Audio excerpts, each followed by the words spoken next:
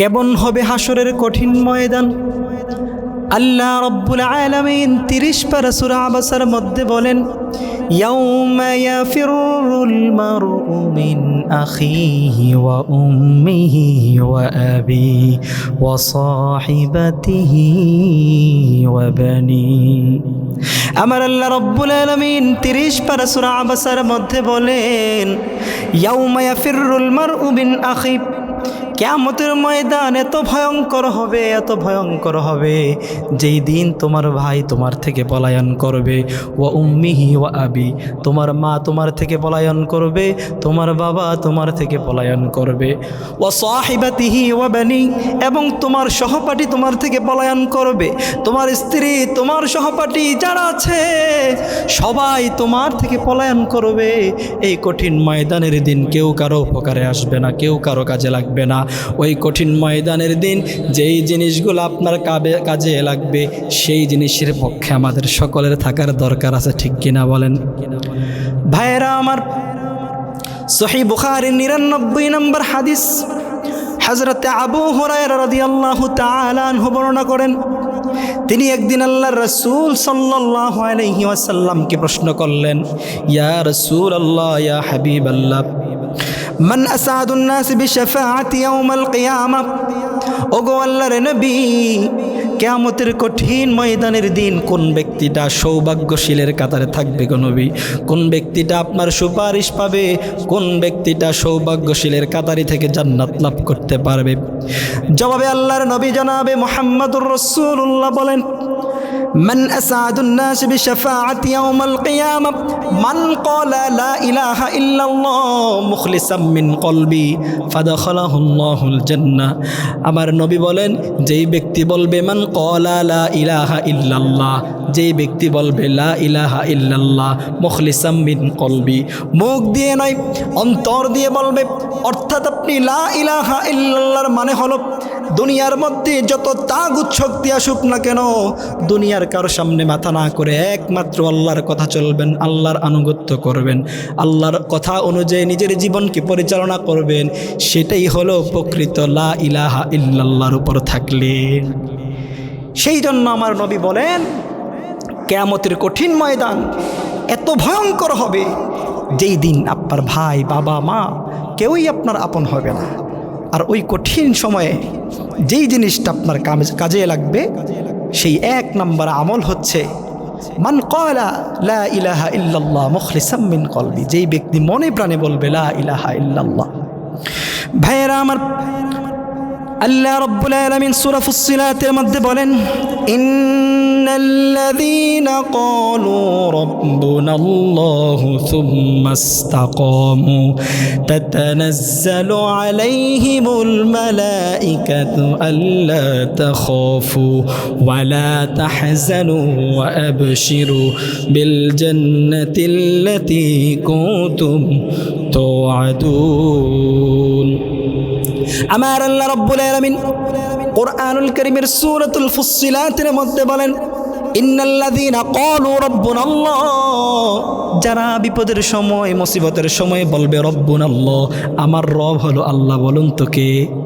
যেই ব্যক্তি বিপদের সময় যত হামলা সুখ মামলা সুখ সকল মুসিবতের সময় একবার বলবে রব্বুনাল্লাহ, আমার রব হলো আল্লাহ, সুম্মা ইসতাকামু, এই কথার উপর ইস্তেকামত থাকবে, এই কথার উপর অটল থাকবে, তাতানাজ্জালু আলাইহিমুল মালাঈকাতু, আল্লাহ রাব্বুল আলামিন ওই ব্যক্তির মৃত্যুর পূর্ব মুহূর্তে ওই ব্যক্তির জন্য 2 জন ফেরেশতা নিয়োগ করে দিবেন, আর বলবেন ওই ব্যক্তি যদি বলবে রব্বুনাল্লাহ, এই কথার উপর ইস্তেকামত থাকবে, তাহলে আল্লাহ তাআলা মৃত্যুর পূর্ব মুহূর্তে যখন ওই বান্দাটা দুনিয়া নিয়ে চিন্তা করে, ওই বান্দা যখন চিন্তা করে আমার মরণ হয়ে যাবে, আমার পরিবার পরিজন বাবা মা সন্তানের কি হবে, যখন এই চিন্তা করতে থাকেন তখন ফেরেশতারা ডেকে বলেন, হে আল্লাহর গোলাম, তোমার কোনো চিন্তা নাই, তোমার কোনো ভয় নাই, কারণ তুমি দুনিয়ার সকল বিপদের মুহূর্তে বলেছ রব্বুনাল্লাহ, আমার রব হলো আল্লাহ। রব্বুনাল্লাহ সুম্মা ইসতাকামু, এই কথার উপর তুমি ইস্তেকামত ছিলে, সেই জন্য আল্লাহর পক্ষ থেকে হুকুম আসছে, তুমি যে আল্লাহর আনুগত্য করলে, আল্লাহর পথে থাকলে, আল্লাহর হুকুম অনুযায়ী নিজের জীবনকে পরিচালনা করলে, সেই জন্য আল্লাহ তাআলা মৃত্যুর পূর্ব মুহূর্তে তোমার টেনশন দূর করার জন্য ফেরেশতা নিয়োগ করে দিয়ে তোমাকে জানিয়ে দিবেন যে তুমি কোনো চিন্তার কোনো কারণ নাই, তুমি মারা গেলে তোমার পরিবার আহাল যারা আছে সকলের দায়িত্ব স্বয়ং আল্লাহ তাআলা নিজে নিয়ে নেবেন। এরপর ওই বান্দাটা যখন দুনিয়ার চিন্তা করার পর যখন আখিরাতমুখী চিন্তা করবেন যে আমি দুনিয়ার জীবনটা কিভাবে পার করলাম, মৃত্যুর পরে আমার জানি কি অবস্থা হয়ে যায়, যখন এই চিন্তা করতে লাগেন তখন ফেরেশতারা ডেকে বলে, হে আল্লাহর গোলাম, হে আল্লাহর প্রিয় বান্দা, দুনিয়ার মধ্যে ছিলেন, দুনিয়ায় থাকা অবস্থায় যত অন্যায় অপরাধ সকল কিছুর বিরুদ্ধে আপনি মোকাবেলা করেছেন, সত্যের পক্ষে ছিলেন, হকের পক্ষে ছিলেন, হকের পক্ষে থাকার কারণে সব অবস্থায় সর্ব অবস্থায় বলেছেন রব্বুনা আল্লাহ, আমার রব হচ্ছে আল্লাহ, সুম্মাস্তাকামু, এই কথার উপর একতাবদ্ধ ছিলেন, এই কথার উপর অটল ছিলেন। অটল থাকার কারণে তখন আল্লাহ রাব্বুল আলামিন দুইজন ফেরেশতা যেই নিয়োগ করে দিয়েছেন তাদেরকে জানিয়ে দিবেন, তুমি এই আমার প্রিয় গোলাম, প্রিয় বান্দার সামনে আল্লাহর জান্নাতটা তুলে ধরো, এটাই হচ্ছে তার জন্য আসল ঠিকানা। যখন ফেরেশতারা ওই বান্দার মৃত্যুর পূর্ব মুহূর্তে যখন ওই বান্দা আখিরাত নিয়ে চিন্তা করবে, ওই বান্দার সামনে ওই আল্লাহর জান্নাতটা তুলে ধরে বলবে, যাও যাও, তোমার কোনো টেনশন নাই, তোমার কোনো চিন্তার কারণ নাই, দুনিয়ার মধ্যে সকল জেল জুলুম নির্যাতন হামলা মামলাকে তুমি না ভয় পেয়ে তুমি সব বিপদের মুহূর্তে সকল মুসিবতের সময় তুমি বলেছো রব্বুনাল্লাহ, আমার রব হলো আল্লাহ, এই কথার উপর ইস্তেকামত থাকার কারণে আল্লাহ তাআলা তোমাকে দুনিয়াতে শান্তি দেয় নাই ঠিক, কিন্তু আল্লাহ তাআলা চিরস্থায়ী তোমার জন্য রেখেছেন জান্নাত, এই হলো তোমাদের আসল ঠিকানা। এই জান্নাত যখন ওই ব্যক্তিকে দেখানো হবে, ওই ব্যক্তি জান্নাত দেখে খুশি হয়ে যাবে, এনার হাসি মুখে দুনিয়ার জমিন থেকে বিদায় নিয়ে চলে যাবেন। সেজন্য আমাদের দুনিয়ার মোহ, দুনিয়ার মানুষের আনুগত্য না করে আল্লাহর আনুগত্য করা দরকার। সেজন্য আমাদের এক নম্বর আমল হচ্ছে রব্বুনাল্লাহু সুম্মা ইসতাকামু, আমাদের রব হচ্ছে আল্লাহ, এই কথার উপর ইস্তেকামত থাকতে হবে, যে কি মন থেকে বলবে। রাসূল বলছেন, মান ক্বালা, যেই ব্যক্তি বলবে লা ইলাহা ইল্লাল্লাহ মুখলিসাম মিন কলবি, মনে প্রাণে যে ব্যক্তি বলবে লা ইলাহা ইল্লাল্লাহ ফাদাখালাহুল্লাহুল জান্নাহ, ওই ব্যক্তিকে আল্লাহ তাআলা জান্নাত দান করবেন, আর ওই ব্যক্তি হবে সবচাইতে সৌভাগ্যশীল ব্যক্তিদের কাতারে থাকবে, আর ওই ব্যক্তি আমার প্রিয় নবী মুহাম্মদ সাল্লাল্লাহু আলাইহি সাল্লামের সুপারিশ পাবেন।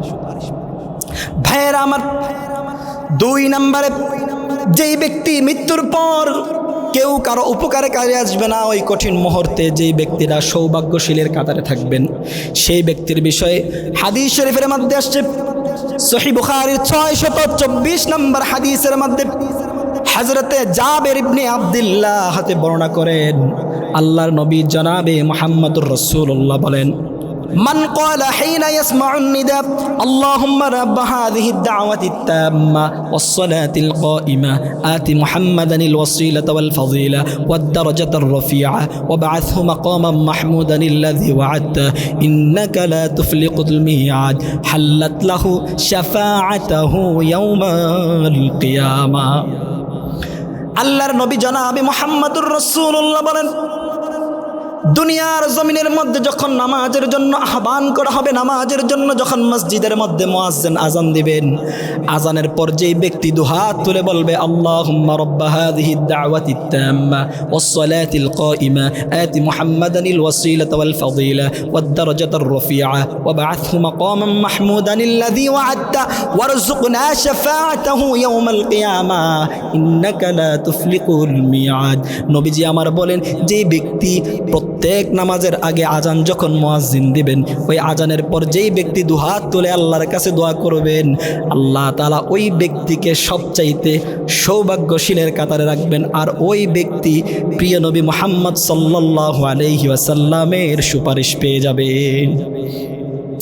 তিন নম্বরে যেই ব্যক্তি সবচাইতে সৌভাগ্যশীলের কাতারে থাকবেন, যেই ব্যক্তির মৃত্যুর পর কোনো চিন্তা থাকবে না, টেনশন করতে হবে না, যেই আমলটা করলে। সহিহ মুসলিমের হাদিস, আল্লাহর নবী জনাবে মুহাম্মদুর রাসূলুল্লাহ সাল্লাল্লাহু আলাইহি ওয়াসাল্লাম বলেন, ইয়াকরাউল কুরআন ফাইন্নাহু ইয়াতি ইয়াউমাল কিয়ামা শাফি'আন লিআসহাবিহি। আমার আল্লাহর নবী বলেন, জনাবে মুহাম্মদুর রাসূলুল্লাহ হাদিস শরীফের মধ্যে বলেন, তোমরা কোরআন তেলাওয়াত করো, নিশ্চয়ই কোরআন যে ব্যক্তি পড়বে কিয়ামতের ময়দানের দিন স্বয়ং ওই কোরআনটা আপনার জন্য সুপারিশ করবে। জোরে বলুন সুবহানাল্লাহ। কিন্তু বড় দুর্ভাগ্যের বিষয়, এখন আমাদের কোরআন হয়ে গেছে মরার বাড়ির কোরআন শরীফ। যখন মানুষ মারা যায়, দুইজন হুজুর দাওয়াত দিয়ে কোরআন শরীফ পড়ায় নেয়, মনে করে এই কোরআন পড়লে ওই ব্যক্তি জান্নাতে চলে যাবে। না, আগেকার দেখতাম মানুষ প্রত্যেক দিন সকালবেলা প্রত্যেকটা ঘর থেকে কোরআনের ধ্বনি শোনা যেত, আর এখন ফজরই ভাঙে না, সকালের ঘুমই ভাঙে না।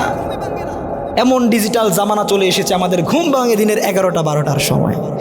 সেজন্য আল্লাহর নবী বলেন, যেই ব্যক্তি কোরআন পড়বে ওই কোরআনওয়ালাকে স্বয়ং কোরআন কিয়ামতের দিন সুপারিশ করবে, যতক্ষণ পর্যন্ত ওই ব্যক্তি জান্নাতে না যাবে। জোরে বলেন সুবহানাল্লাহ।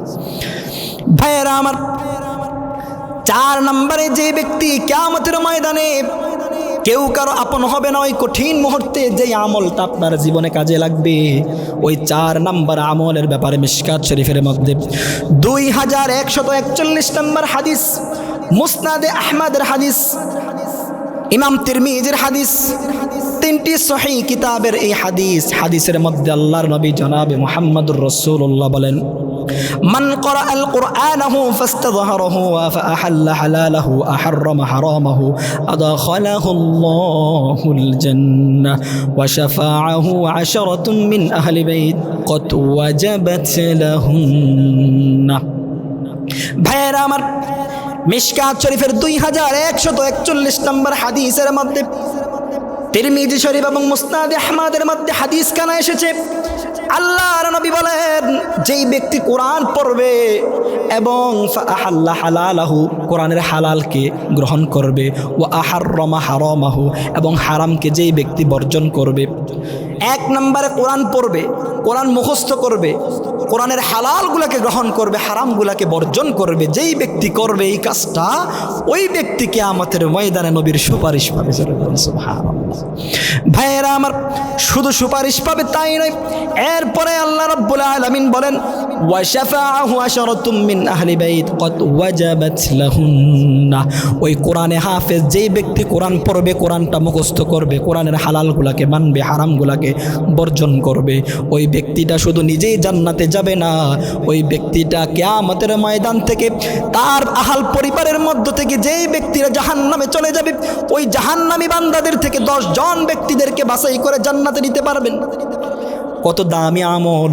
সেজন্য ভাইয়েরা আমার, দুনিয়ার মানুষের আনুগত্য না করে, দুনিয়ার মানুষের গোলামি পায়ে চাটামি না করে আপনি আল্লাহর আনুগত্য করুন, আল্লাহর গোলামিরা করুন। দেখবেন আপনার দুনিয়ার জীবনে সফল না হলো, আপনি মৃত্যুর পর কিয়ামতের ময়দানের দিন, যেই দিন আপনার কেউ কারো আপন হবে না, আপনার বাবা, আপনার ভাই, আপনার বোন, আপনার সহধর্মী স্ত্রী সহ যারাই আছে, কেউই আপনার আপন হবে না। ওই কঠিন মুহূর্তে এই 4টা আমল কাজে লাগবে। আল্লাহ তাআলা যেন আমাদের সকলকে 4টা আমল দুনিয়ায় থেকে সহিভাবে, সঠিকভাবে আমল করার তৌফিক দান করে।